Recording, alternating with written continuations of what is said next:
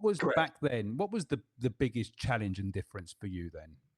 Because you're starting out on your own, right? It's not easy, you know, for the new guys coming out and starting. Tell me about it. Mike. I was used to getting paid every 2 weeks, whether I worked 40 hours or I worked 20 hours. Now I'm an aggressive, you know, alpha male type.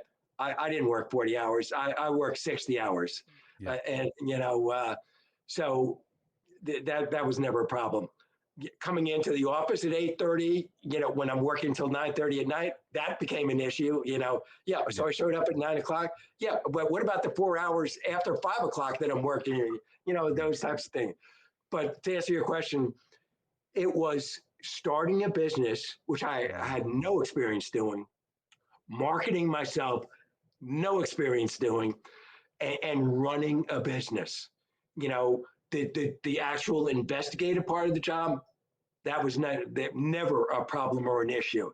But I mean, even to this day, I hate the paperwork. When I was a probation officer, I hated the paperwork. I could write reports and I could write violations and stuff to go into court, but the mundane, you know, filling out, you know, reports in triplicate for the bosses and, you know, never my thing. So those were the key issues. You make a good point there. There's some excellent investigators out there, but they're not very good at running a business. And you need, in this industry, if you're working for yourself in the private sector, you need to have an understanding of both, right?